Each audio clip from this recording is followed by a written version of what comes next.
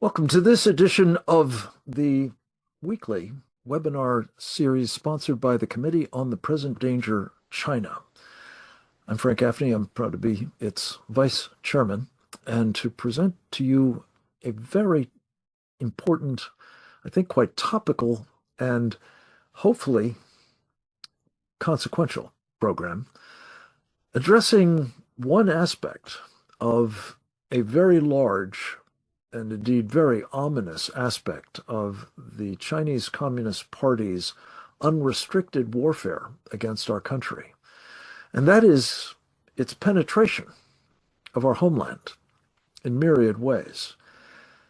We have done, in the course of the 200 and I think almost 20 of these webinars, programs on various aspects of course, the unrestricted warfare campaign the Chinese have mounted for decades against our country, but various aspects of this particular problem as well, namely the presence of Chinese Communist Party dominated Chinese nationals inside the United States of America, and what they are capable of doing in their various roles in this country, whether it's as students, whether it's as businessmen, as researchers, as bioengineers in our national laboratories, or as tenants or owners, I should say, of property across our country. A fair amount of which appears to be within, and I mean this quite literally, striking distance of sensitive facilities and assets of our military, our intelligence services, critical communications nodes, and certainly other infrastructure. We, in short, have enemy within our wire, and this is made the more dangerous because that enemy makes no secret of its intention to destroy this country. We're going to focus on one specific facility in which this purchase of land by personnel associated with the Chinese Communist Party, sometimes its United Front Work Department, the vehicle for its influence operations, and its subversion. The case study we're going to present involves an extraordinarily important installation in Louisiana, Barksdale Air Force Base, the home of the Air Force Global Strike Command, which has the operational responsibility for not one but two legs of our critically important nuclear triad: the intercontinental range ballistic missiles managed by the Air Force, and the strategic bomber force of the United States, also managed by the United States Air Force. There are, as we will learn, reasons to be concerned about both the operational and information security of that facility, but also its physical security, by virtue of the fact that in close proximity are these assets of the Chinese Communist Party. To talk about those assets, to talk about their ownership, to talk about their status, to talk about what is apparently the plan to use such facilities in furtherance of, at the very minimum, the Chinese Communist Party's influence operations, but perhaps a great deal more and far worse for the homeland and national security of the United States of America. To kick off our conversation, I'm very pleased to have with us in person the founder of Data Abyss, the Director of Research Intelligence at Parallax Advanced Research, an Air Force veteran himself, as well as a former senior lead technologist at Booz Allen Hamilton and former project leader and lead data scientist at MITRE, two very important defense contracting firms. His name is L.J. Eads.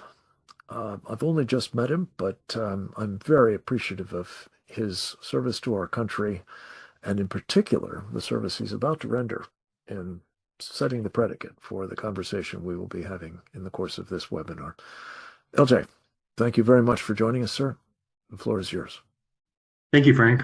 Thank you for having me. So this isn't a new problem. What I mean by that is we've seen United Front Work Department affiliations and influence operations through research institutions, universities, state governments, defense laboratories here in the United States, Department of Energy. We've seen this story kind of time and time again.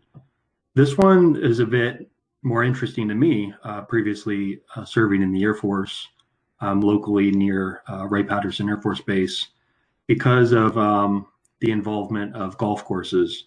A lot of people might, unless you served potentially in the military or served next to a military installation, golf courses might just seem like a golf course, where your spouse or your friends get together on the weekends and play golf and kind of mingle and play the game. But on military installations and near military installations, golf courses are where morale events occur, promotions occur, forced fun. I'm not a golf person myself, but time and time again, I was voluntold to go play golf for fun with our units and our commander. So golf courses are centric to military installation morale and events, as well as retirees. Usually the surrounding golf courses or on-base golf courses have tons of programs and low cost to play benefits. So I wanted to set that predicate of this isn't just your normal golf course. This is a golf course next to a nuclear military base. I wanted to set that stage. Also in 2024, Barksdale had its own golf course, but it was closed for financial reasons and various other reasons. So this golf course, owned and operated by somebody affiliated with the United Front Work Department, took that place of Barksdale's golf course. Usually most Air Force bases have their own golf course or rely on a community golf course. But in this case, the next best thing was a United Front Work Department affiliated golf course. Additionally, this involves two golf courses in the surrounding area that share lots of fence line with the light line and installation itself. So that brings additional concern, which obviously golf courses are massive, share tons of green space, property. So these are massive facilities. Additionally, a part of this problem that I have a love-hate relationship with is we're familiar with this problem, but military installations are, I think, increasingly at risk because military installations don't have a mission to investigate their neighbors, understand who their neighbors are, understand the businesses surrounding the military installations. That's not their mission. Their mission is on base, not off base. So this is more of a policing matter, which the police, off base aren't well equipped for, foreign influence operations. So that's another part of this problem, is that our Department of War isn't charged with foreign influence operations on off base that affect on base operations. So this problem exists not just to military installations. It affects our university systems, research institutions, defense laboratories, national laboratories. It's a similar problem. So I think that's where we should look for help, policy help, political help, is creating potentially solutions to off-base foreign influence control. Additionally, another associated problem this individual, Eugene, that acquired these golf courses that's affiliated with the United Front Work Department, he meets all of the criteria to meet the FARA, the Foreign Agents Registration Act requirements. But that FARA is implemented by the Department of Justice. It's there's very minimal or slim to no Chinese, United Front Work Department institutions within FARA, but very little CCP individuals or institutions regulated by FARA. Because we're used to, in the United States, this game of, are you a spy or are you not a spy, to meet that FARA requirement.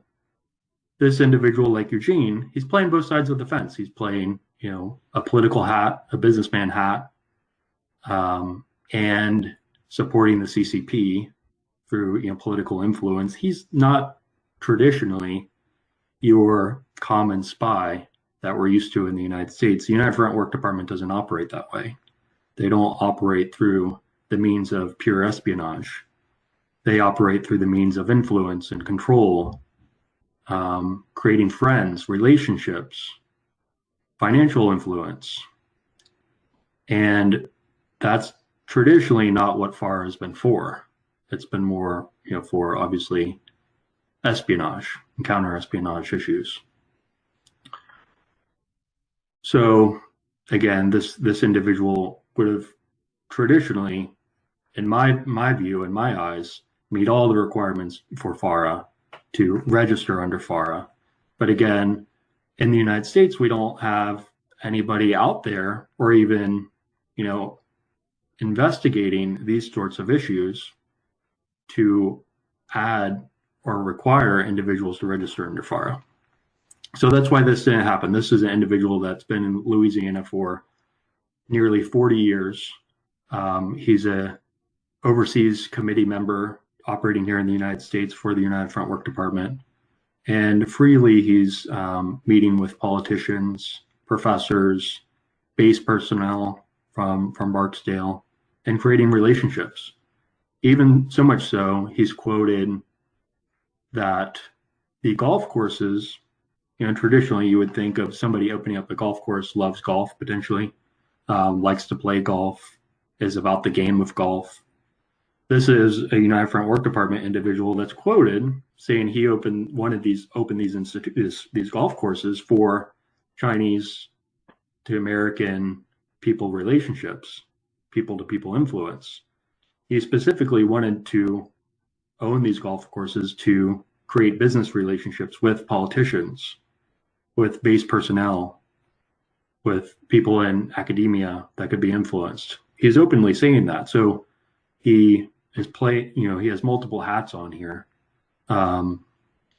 But again, he's not meeting the criteria for pure espionage. So obviously I'm trying to set the predicate here that we have multiple issues at stake here, but and this is just a scenario that we're speaking about today at Barksdale Air Force Base. I think this is a greater issue across the United States at large and our military installations. Frank, before this call, we were speaking about some of my experiences in the Air Force. Is that when you first move to a military installation, a new military installation, you're usually trained on, you're given a blacklist traditionally of places not to go, no-go facilities. And those places usually include like bars and clubs, places where there's criminal behavior, gang crime. I've never been to a Air Force facility that I've been trained up on, CCP or United Front Work Department prevalence around the military installation, because we don't do that. We're not trained up on doing that. We're usually telling our warfighters how they're at risk to domestic issues like gang violence and drugs and things of that nature. So again, I think we have a lot to learn from this Barksdale example. It's one of many. and more to come. More stories like this will come forward. And it's a real problem, especially affecting our military installations, that, as you mentioned in the beginning of the call, at any point, the CCP could ask Eugene, if they haven't already, how they could pre-position, say, air-to-air missile systems, electronic warfare systems, cyber systems for cyber intrusion into Barksdale's SATCOM networks, because he has the property, he has the facilities, he has the accesses potentially, he knows the people. And I think this is a big problem. This is very troubling in many dimensions, and we'll get into as many of them as we can. But thank you for setting the stage for this. And I did also want to commend, especially to our audience, some extraordinary reporting that has been done. I take it with the benefit of your insights and counsel by Philip Lenziski, if I'm pronouncing that correctly, who is, I believe, a staff writer for the Daily Caller News Foundation. And this piece that he wrote, exclusive CCP intel official owns golf clubs flanking U.S. nuclear missile nerve center. The headline sort of captures the full magnitude of the problem, and we'll tease out some of the things that you've raised as specific issues, LJ, in just a moment. But before we do, I want to bring in some of our other contributors, all of whom were unable to join us in person, but were kind enough to give us comments and interviews, mostly for our program Securing America at Real America's Voice.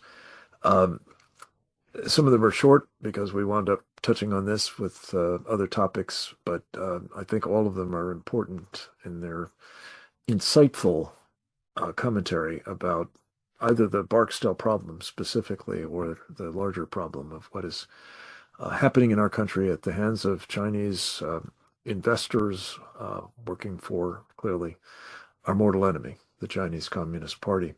We're going to go first to Congressman Keith Self. He is an Army veteran, a Ranger, a former Collin County, Texas county judge, and now a member of the House of Representatives representing Collin County and adjoining areas in the United States House of Representatives. He's a member of the House Foreign Affairs Committee and the chairman of its Europe subcommittee. I had a chance to visit with him on our program, and he was kind enough to allow me to excerpt part of that interview for this purpose. I think you'll find it bracing. Let's go to the video with Congressman Self, please. You're talking about Barksdale, which houses the B-1 bombers, amongst other things, but one of our main strategic assets. And look, the United States is the only nation in the world that has the power projection capability that Barksdale Air Force Base represents. Now, the B-2s are up in Missouri, but the B-1s are at Barksdale, amongst other things. So this is what makes this base so important. So if you can get surveillance on Barksdale, if you can follow the comings and goings of the B-1s, the maintenance issues, if you have surveillance on Barksdale, that's a great deal of intelligence for the Communist Chinese Party. Now, they own these two golf courses, so they are in very close proximity to be able to monitor Barksdale. That's very concerning because, look, we are currently at war with the Chinese Communist Party because it's a hybrid war today. It's not a shooting war, but they have every intention of being a superpower within the next few decades. Barksdale represents part of our power projection around the world, so they want to have surveillance on it so that they can know what we are doing. Now, you mentioned that it's a part of a larger plan. Absolutely. We really have very little idea how much the Chinese are embedded in America. We've heard about these police stations that they have that control Chinese immigrants, citizens, and nationals here. We've heard about the 18,000 perhaps Chinese terrorists that have come across the border that we don't know where they are. In fact, it's more than that, Chinese military-aged men. So we need to be very aware that the Chinese want to infiltrate, want to surveil not only Barksdale, but other areas. You may remember the weather balloon that passed over the United States. The Biden administration allowed it to pass over the United States, over some of our most sensitive military bases, before they shot it down after it had exited the United States. So this is a real problem, and it goes much further than Barksdale. Barksdale is a great example of the issue, though. Let me ask you, though, sir. You have served, as I mentioned, as a special operator. You know a thing or two about surveillance, for sure, but you also know about the kinetic part of warfare. We had a pretty important wake-up call, I think, when Ukraine sent drones against the Russian equivalents, maybe, of our B-1 bombers. In that case, they were nuclear-capable bombers, and they destroyed the flight line. Could those golf courses at Barksdale Air Force Base be used for that purpose as well, sir? And should that be of at least as much concern as, intelligence gathering that could be done on those installations as well?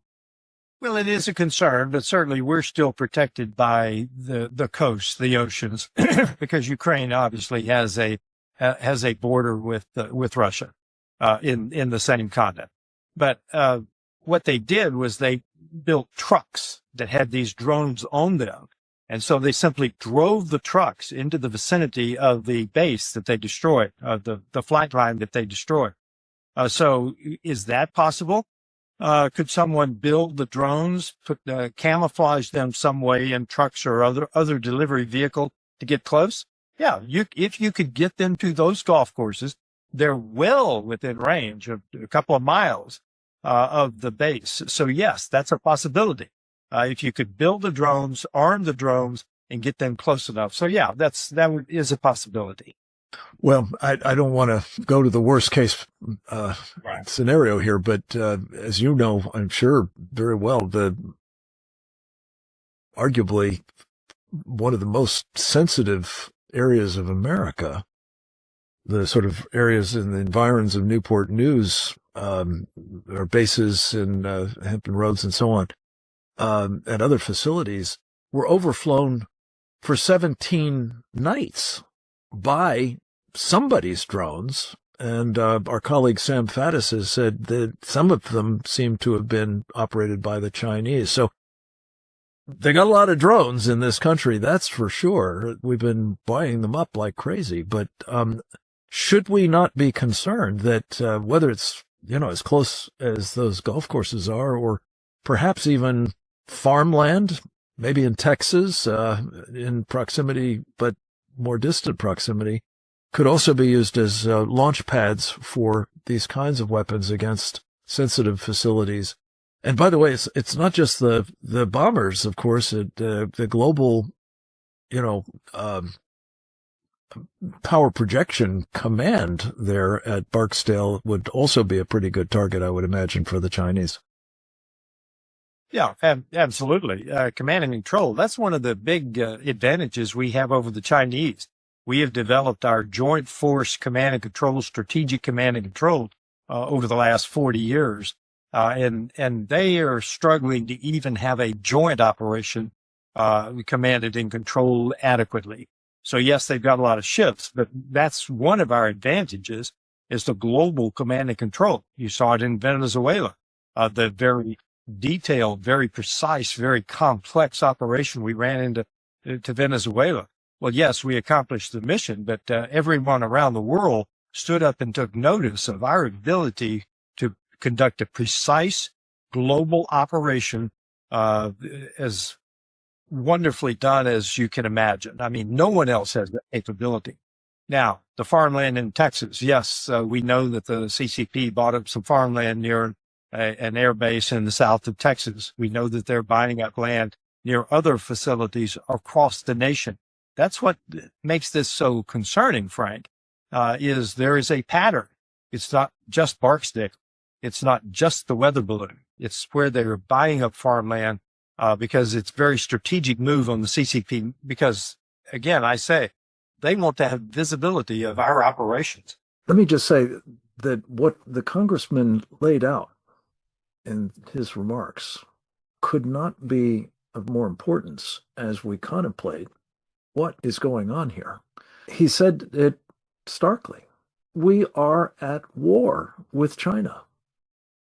Now, as he said, it's a hybrid war thus far, not kinetic, but I believe our Committee on the Present Danger of China believes strongly it is a pre-kinetic war using unrestricted warfare techniques of mostly a non-kinetic sort, though a biological warfare attack and the ongoing chemical warfare of fentanyl and now netazines all suggests a willingness to kill Americans for sure.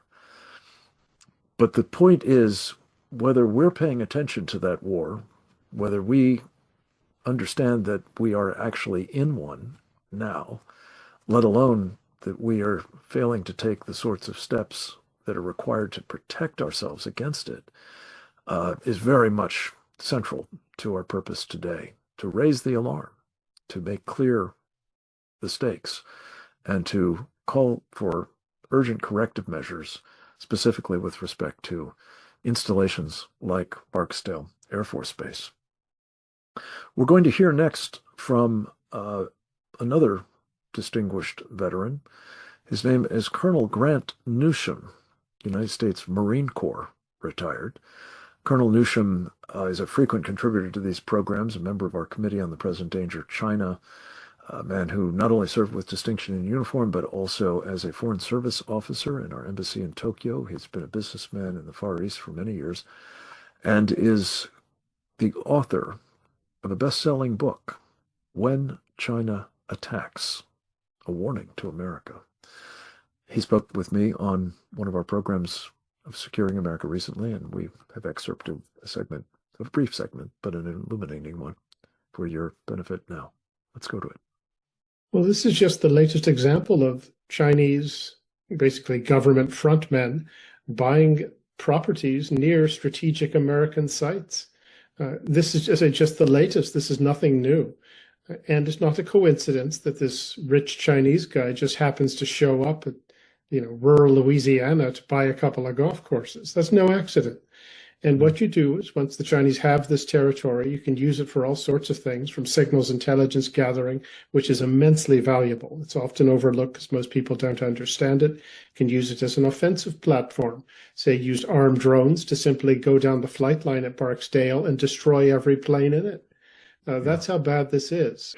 He should not have been allowed to buy this. He's is a member, a part of this United Front Works Department, which is the Chinese Communist Party's really subversion organization for countries they target, which is every country.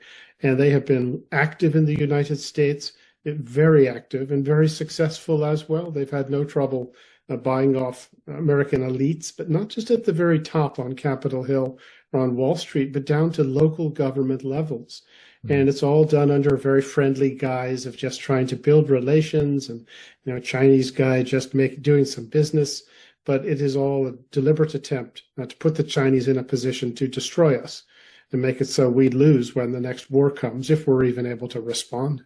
Well, when you can get your target country, the people in it, to do your work for you, that's just the best of all possible worlds. And it's what the Chinese do.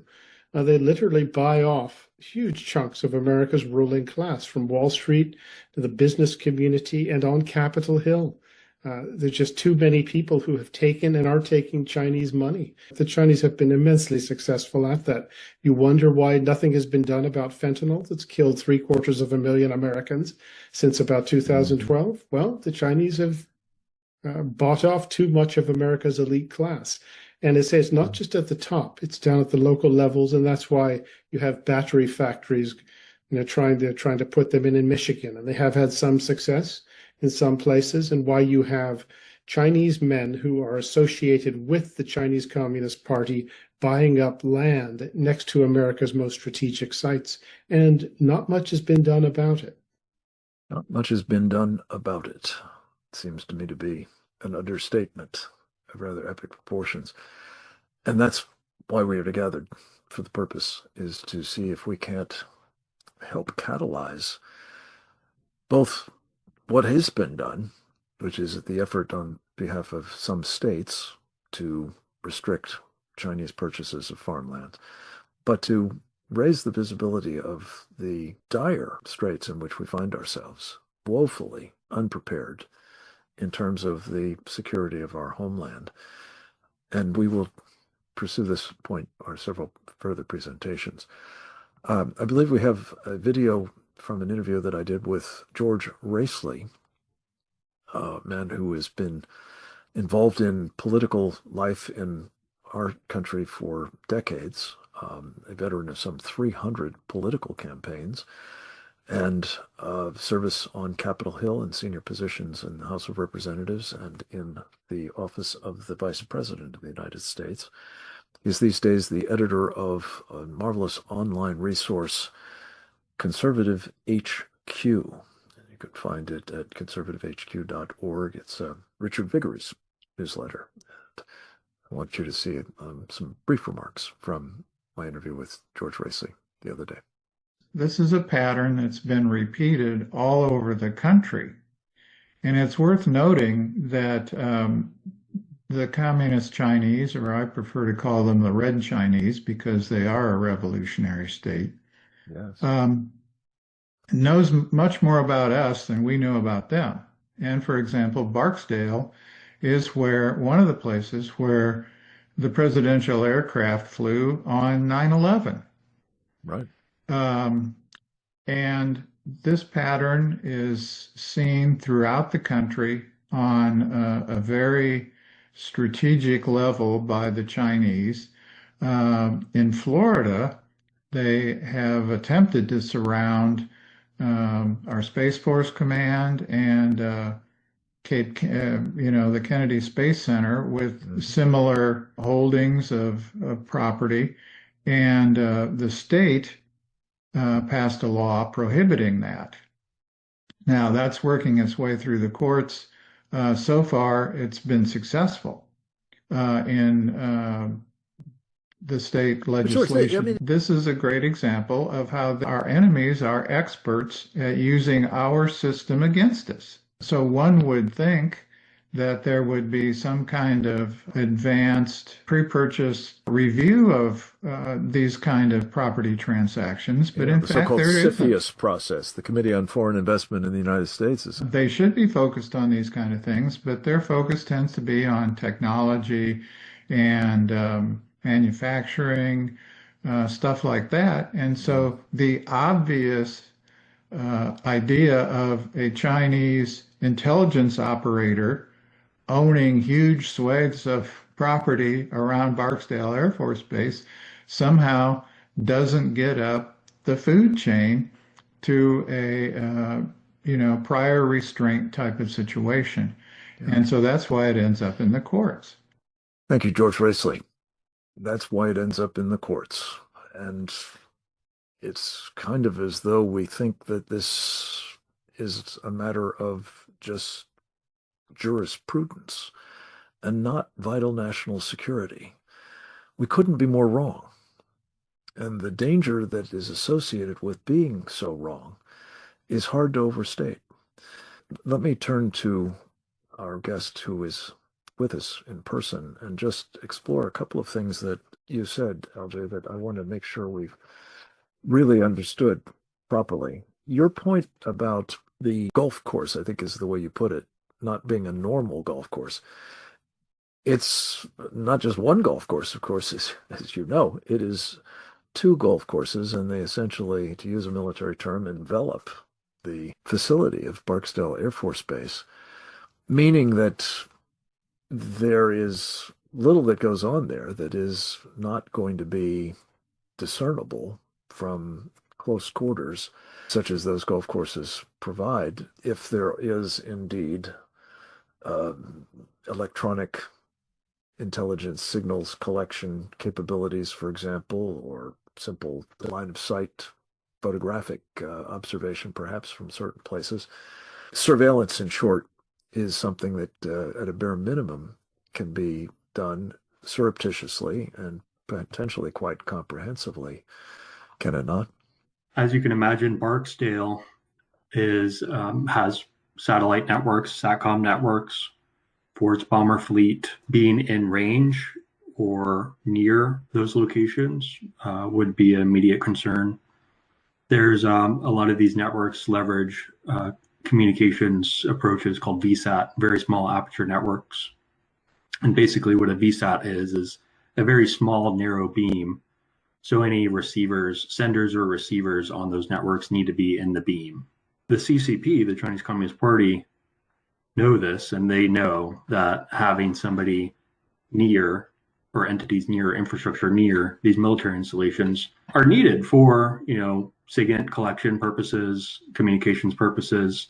And in a near wartime scenario, I was thinking about what a lot of the other speakers were saying.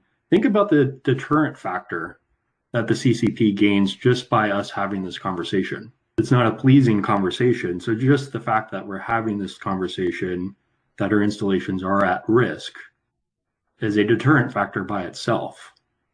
Meaning that if we were in a near wartime scenario with the Chinese military, the PLA, we're at risk by just the deterrent that maybe potentially the C.C.P has collection capabilities or capabilities like munitions in or near our military installations. That factor, I think, is massive.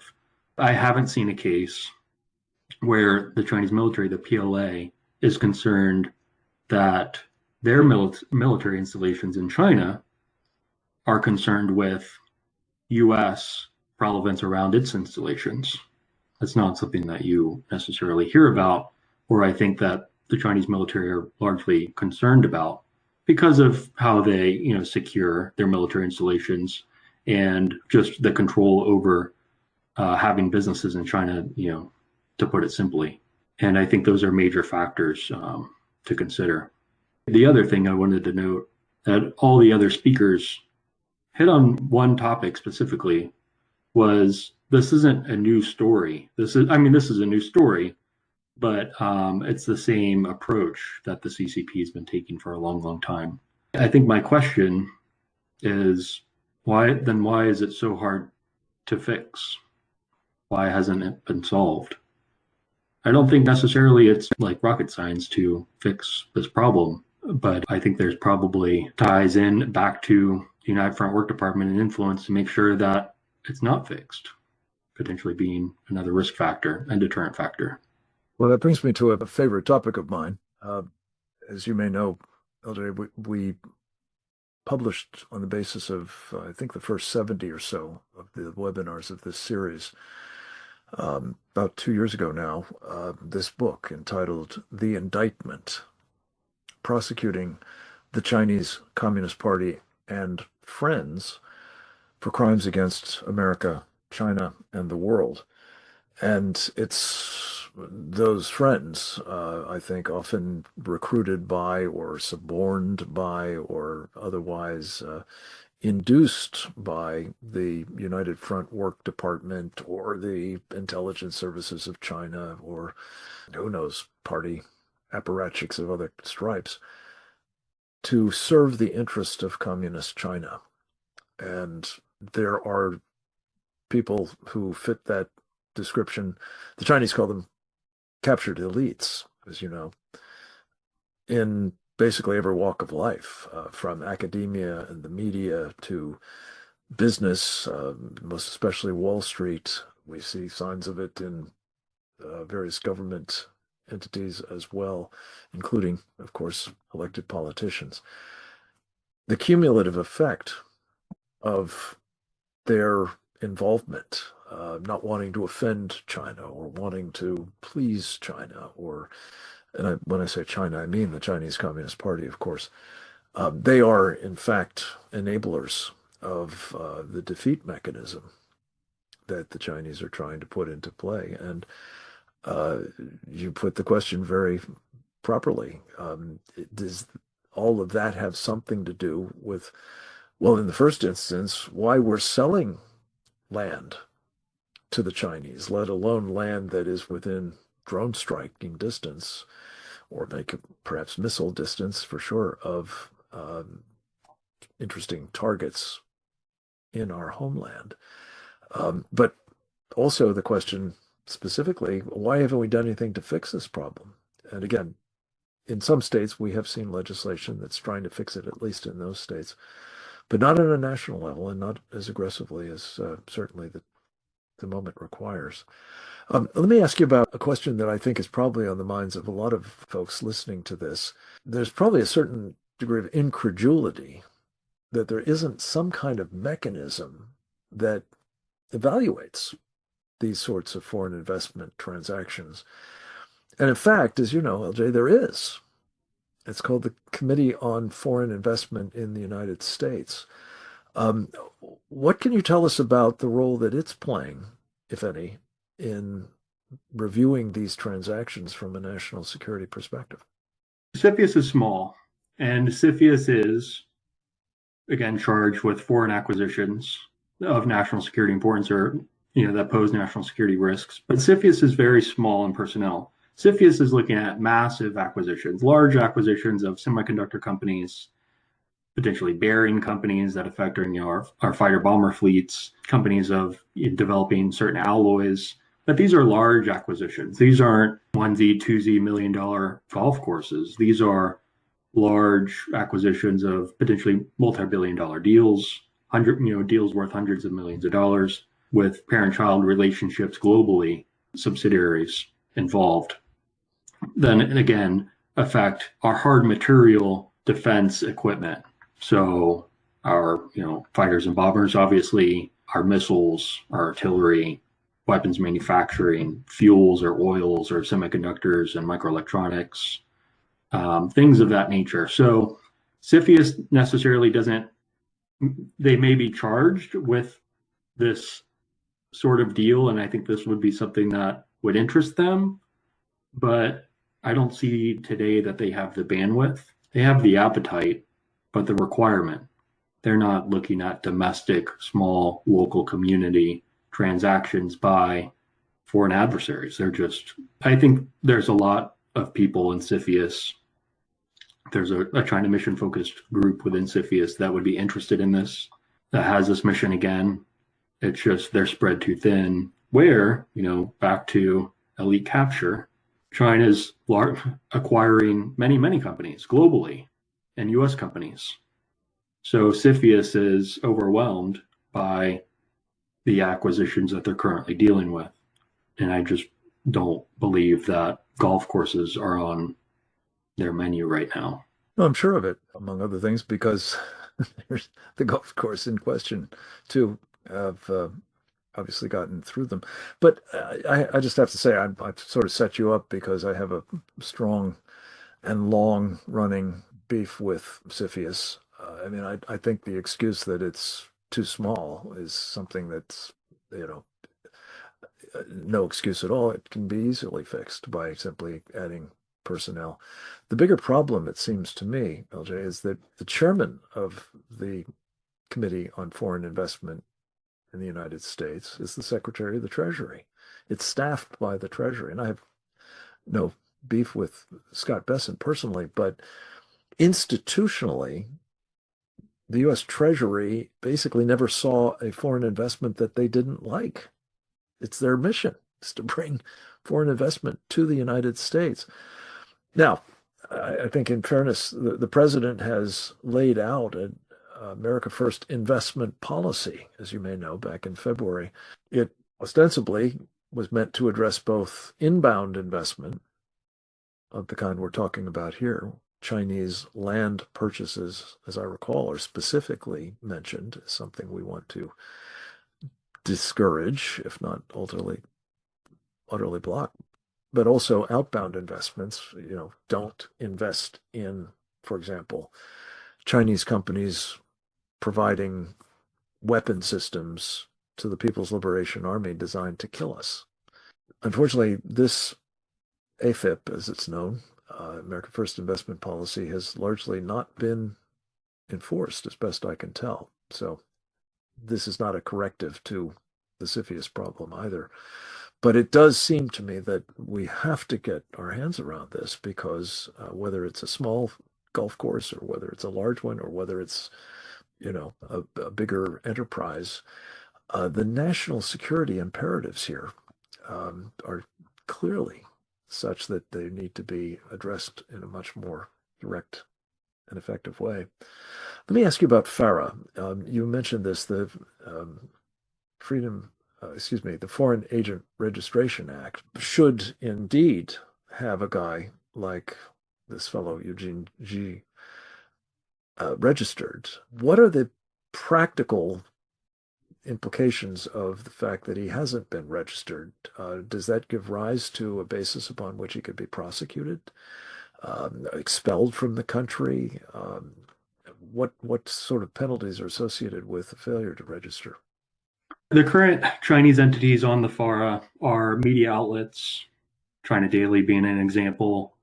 Huawei subsidiaries like FutureWay are on the FARA. So these are largely companies that are on FARA that are using, by the CCP, their influence and influencing their political agenda in the United States. So that could be through, again, media exchanges, that could be through FutureWay acquisitions, or they're lobbying for protecting themselves in the United States. So they're lobbying to protect Huawei in the United States. So there's a couple entities on FARA. I'll leave it at that, just a handful. Maybe a handful of individuals as well associated with the CCP. But these are largely very significant CCP officials, not somebody like Eugene that's, I would say, potentially lower on the totem pole in terms of the ladder of the CCP.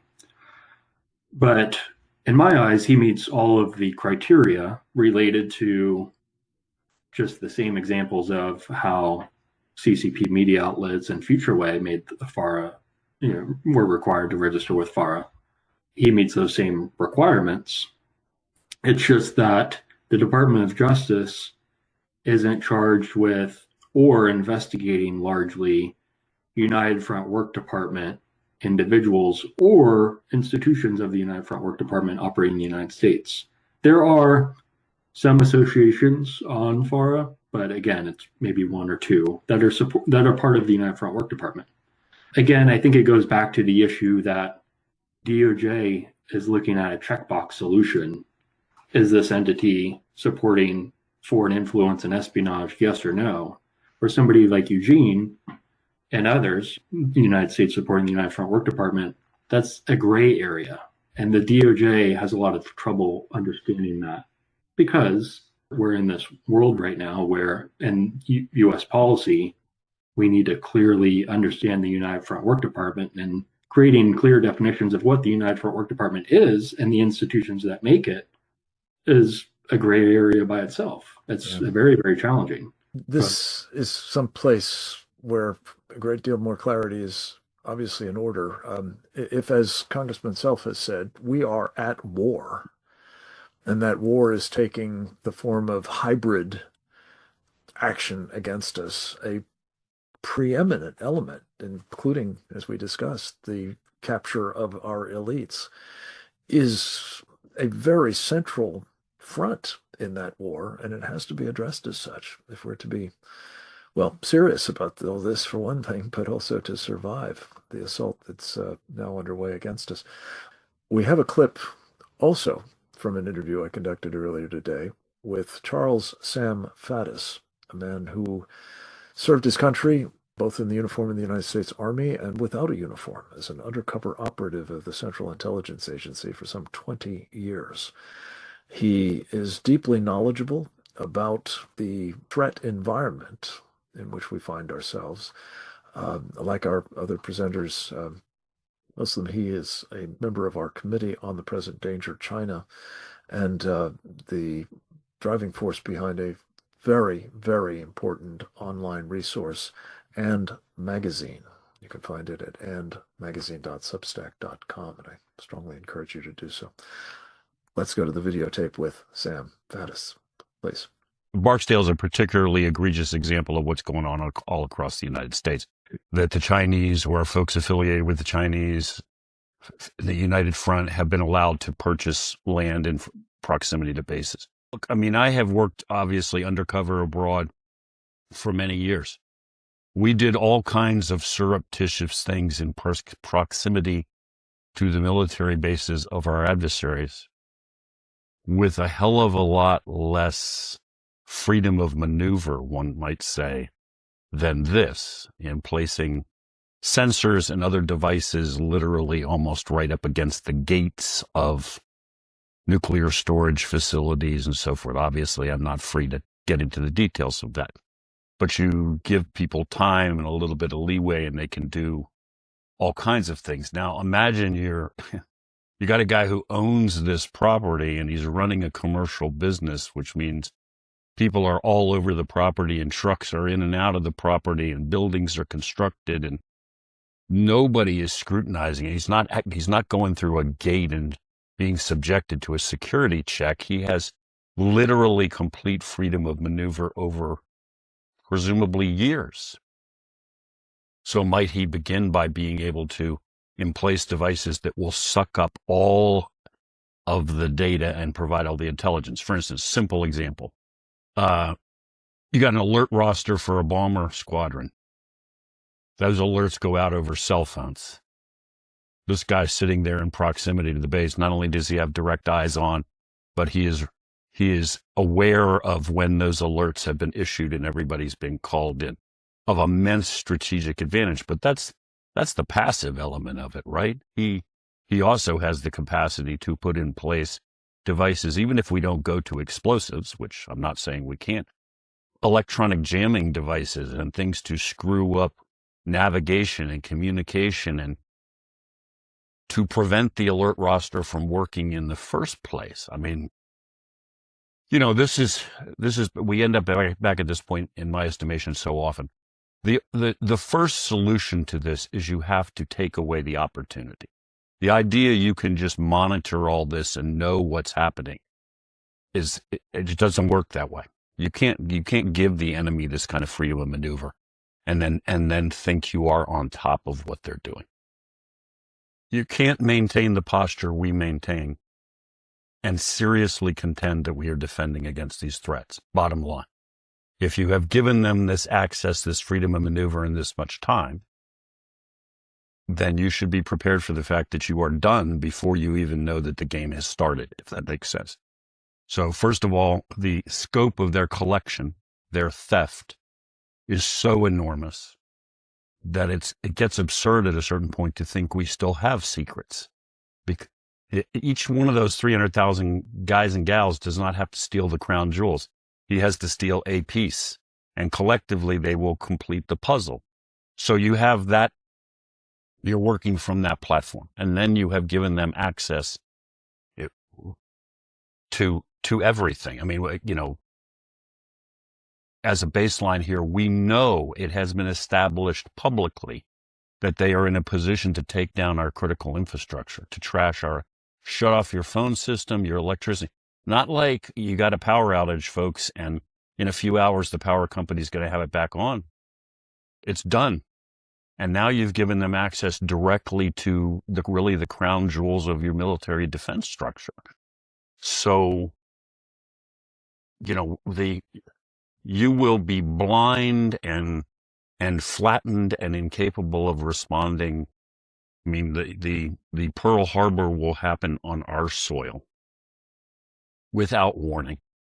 And every plan we have for responding will be pointless because your comms don't work and your planes don't fly and nobody can move and nobody even knows what's going on. It is, the answer to this obviously is we must have a completely fundamentally different attitude. We can't have hundreds of thousands of Chinese students in our labs, and we can't have Chinese folks tied directly to the C.C.P. buying land all around our most sensitive military installation. You just have to start there. Otherwise, you're just saying, okay, whatever. We don't care. We're rolling the dice and letting them do whatever they want.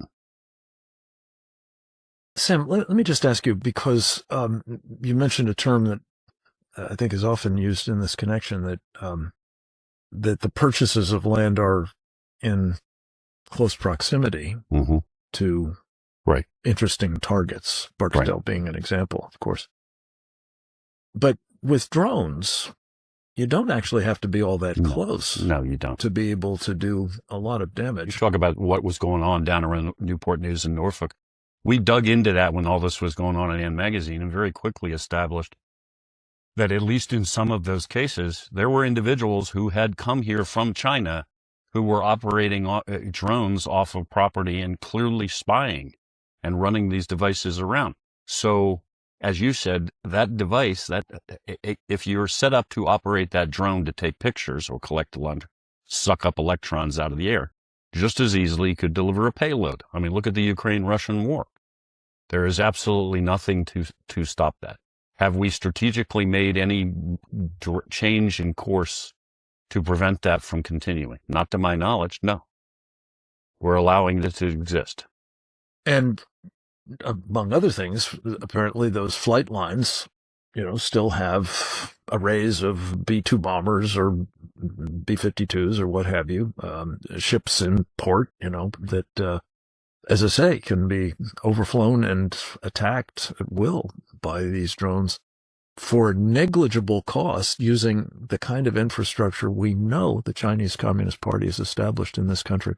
Well, Sam said two particularly important things there, I think. One is that this problem is going unaddressed, and we cannot credibly say we are protecting the national security of the United States if this attitude, seeming indifference to these dangers, persists.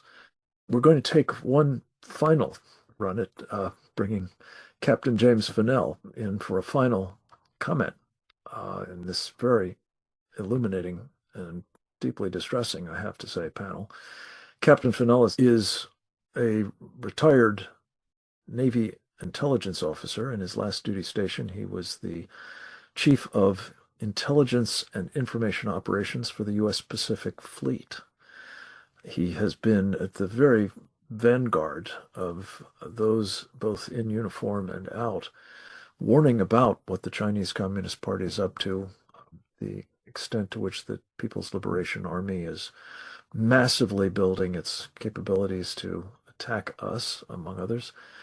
And he is a valued member of our Committee on the Present Danger of China, frequent contributor to these presentations, and I guess weekly on Securing America. Let's go to an excerpt of my conversation with him earlier today. We have increasing reports of PRC access to American land. There's reports out about how much land that they've been buying up around the country. We have a report from the 5th of January about the Chinese buying 2 golf courses, a Chinese businessman who has a long track record of association with the Chinese Communist Party and the United Front Work Department, buying up 2 golf courses around Barksdale Air Force Base, which is the home of the Air Force Global Strike Command, which is essentially the home for 1/3 of our nuclear triad, the airborne portion. So our bomber fleet of B-2s and B-52s are stationed there, and they're very important to our national security. So having Chinese-owned golf courses within proximity, less than 2 miles north and south of this base, basically surrounding it, if you will, is something of concern. Now, do we find a cache of 100 PLA soldiers there, getting ready to raid Barksdale? No. But if you go back 2 years ago into 2024, even here in Switzerland, the Swiss found that there was a Chinese couple that had bought a house right near the Meiringen Air Base, one of their key air bases in central Switzerland. And when they were asked and started to investigate it, guess what happened? The Chinese bugged out and left the country because they didn't want to answer the questions. We've had reports of Chinese operations around our bases and spying activity around our bases. across the country. There's too many to even talk about. We had a couple of years ago during COVID, we found that there was a biolab near Naval Air Station Lemoore, which is the major master jet base for the U.S. Navy's West Coast aircraft carriers. That's where they all train and live and work. So we have multiple reports of this kind of weird activity. Then we have the reports of Chinese police stations across the country being run by the Chinese agents from China in our country, essentially running their own agency to maintain cognizance and control over Chinese citizens that are in America. And then we have spying cases. Just most recently this week, a U.S. Navy sailor of Chinese heritage was caught, a machinist mate from the USS Essex, providing, thousands and thousands of pages of data and classified information to the Chinese government via an interlocutor, an agent, a handler. So a Chinese handler in China that was done over the internet. So we have people, our system, our security system in the military is based a large degree on trust. Now we have counterintelligence, but for the most part, it's based on trust. And we're finding that there's holes in the cheese, so to speak. So it puts our nation at great risk, and it demands a focused attention. And then you add in the 4 years of the Biden administration where the gates were open. And even during the Trump administration, I mean, he was fighting Congress and fighting a federal bureaucracy that didn't want to shut the border down. So we literally had over 10 million people come into this country, and there's most assuredly, we saw videos of Chinese nationals coming in. So we are at risk right now, in my opinion, from some kind of in the event of hostilities around Taiwan or against Japan or against the Philippines or something even against our own, maybe they want to take out something in Pearl Harbor or whatever. We are at risk in the mainland, in CONUS, continental United States, from potential Chinese action. And the ability to neutralize or disrupt or degrade our ability to respond is not out of the realm of possibility. And we're seeing other nations do this around the world. We need to make sure that we're aware that it's not just going to be potentially just some kind of overt PLA invasion or action inside our lifelines. It could come in the form of other agents or organizations that they're working with. So when I watch and see the violence that's going on in Minnesota right now, this open organized rebellion, it's very clearly an organized effort by anti-American groups to rebel against the government and their policies and the federal government to create havoc and to create civil war. Who knows what China's involvement with that is? Are they funding it? Are they coordinated with it? And what would they do in the event of a real action that the Xi and the Communist Party would like to take? So we have to be really aware that this kind of lawlessness has ramifications that not just threaten local security in Minneapolis, but threaten our own national security across the nation.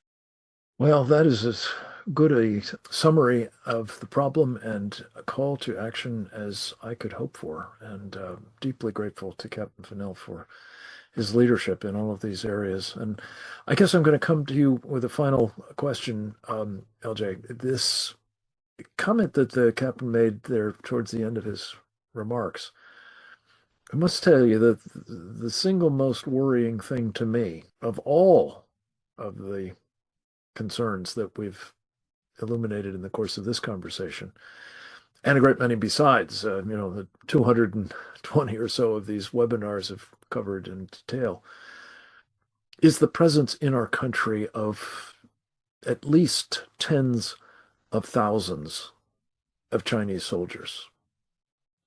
And as Sam Faddis was describing, the freedom of movement that they have, we don't even know where they are, let alone have any official rendering of how many there are in this country.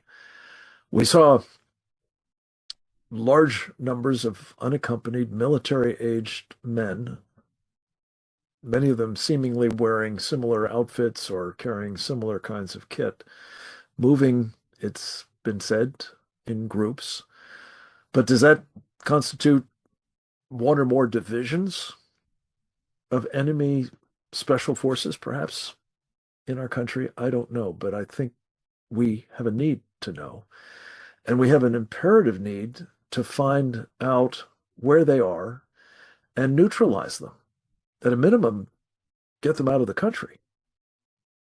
So to you, LJ, if you take all of the things that we've talked about here, the points that you've made about Barksdale in particular, the various other concerns that have been expressed about facilities elsewhere in this country, the numerous options that the Chinese Communist Party has put into place that on command could prompt massive problems for military installations, for movement of forces, for critical infrastructure, for our economy, for our political system, for our nation as a whole.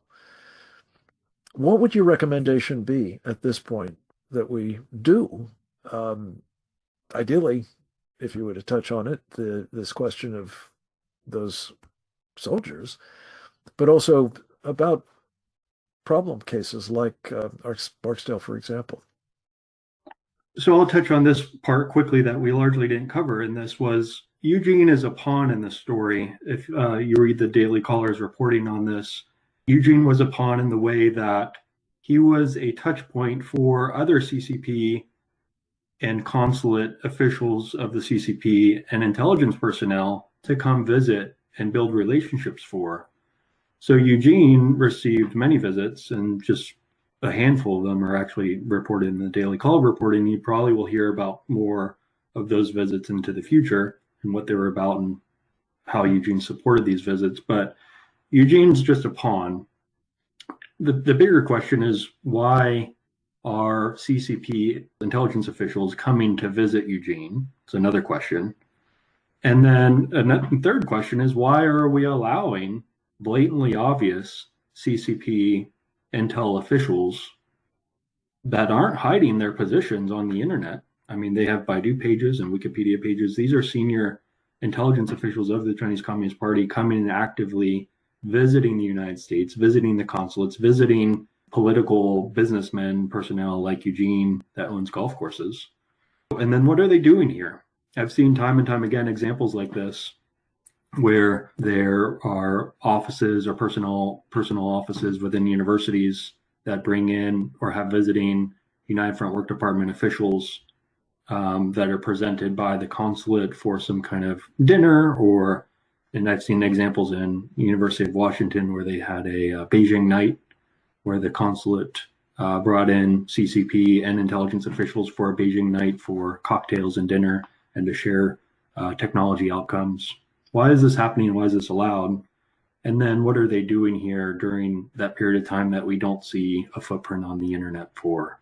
Are they meeting with other intelligence personnel here on the ground in the United States, military age males and personnel here in the United States to have some kind of further agenda? I mean, I imagine that they probably wouldn't be meeting face to face, but they're obviously having some kind of influence and reason for being here and flying all the way across the pond to visit, a Beijing night represented by the consulate of the CCP. So to answer your question, I think they are up to something. What are they up to? I think they're playing the long game. What could we do about it? I think we should list entities like the United Front Work Department as espionage actors and either not allow them to come into the United States or report who they are and what they're doing in the United States in a controlled manner. Today, like some of your speakers said, they have full reign of access and travel accesses here in the United States, and that's not controlled in any shape or form. And I think we need to control that. Back to your question before, could the DOJ under FARA pursue criminal matters against Eugene? I think so, and I think they should. DOJ has a foreign influence office and foreign influence personnel that pursue criminal matters related to foreign influence. That is what Eugene is doing. He's performing political influence for the United Front Work Department, by the CCP. He could be pursued through a criminal complaint under national security means. And I think we should continue doing that and should pursue that. I hope we start, getting there.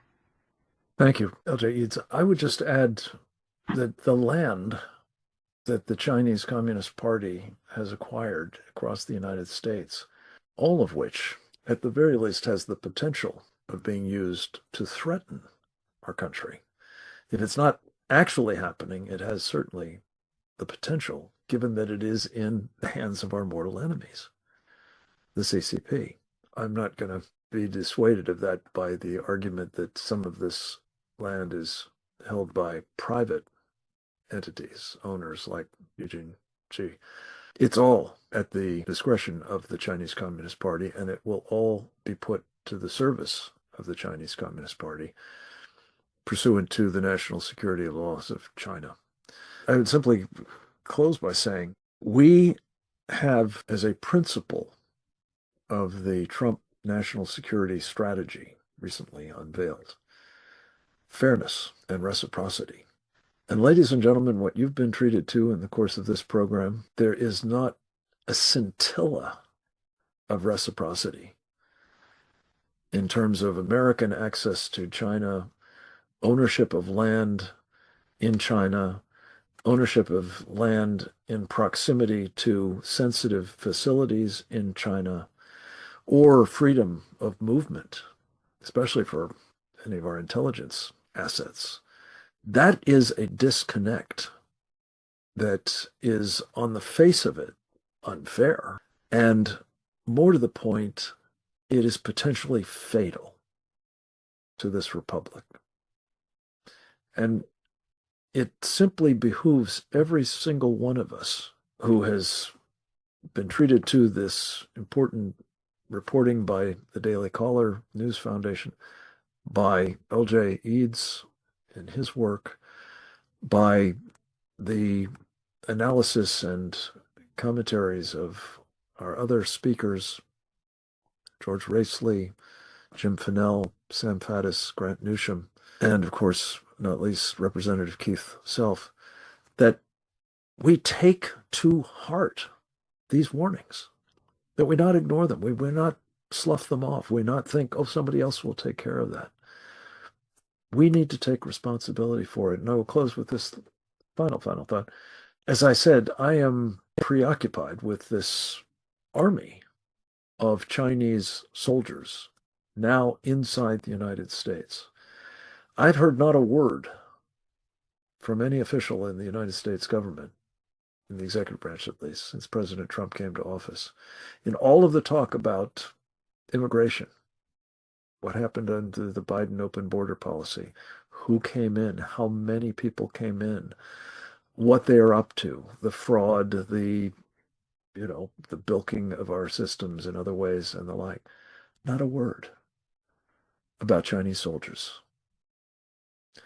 And that suggests that the United States government is not attending to this problem either, which I think is, again, a danger of the first magnitude. And would simply close with this idea, as I have in previous programs. The American people, in the absence of a massive counterintelligence capability, with trained personnel, with a mandate for action, operating at large in our country, and contending with what will inevitably be a still larger Chinese communist presence here, it is absolutely imperative that the American people be enlisted as crowdsourcers for the kind of situational awareness we must have about these threats inside our country. The old line, see something, say something, presumes that people will know what to look for and will recognize something that needs to be reported to the appropriate authorities, of course, when it's seen. This, in other words, going back to something Sam Faddis alluded to, requires a wholesale change in how we are conducting ourselves in this fraught moment. And I think I can speak for the various folks from whom you've heard in this program and from the Committee on the Present Danger of China more broadly. We are determined to try to get that kind of course correction undertaken as a matter of the utmost urgency, because truly our lives and our country depend upon it. Thank you very much for listening. I hope, as always, that you will take this briefing and widely disseminate it among your circles of influence, and most especially with those who represent you and have the responsibility as well as the authority to try to act on our recommendations. God bless you all. God bless America. Over and out.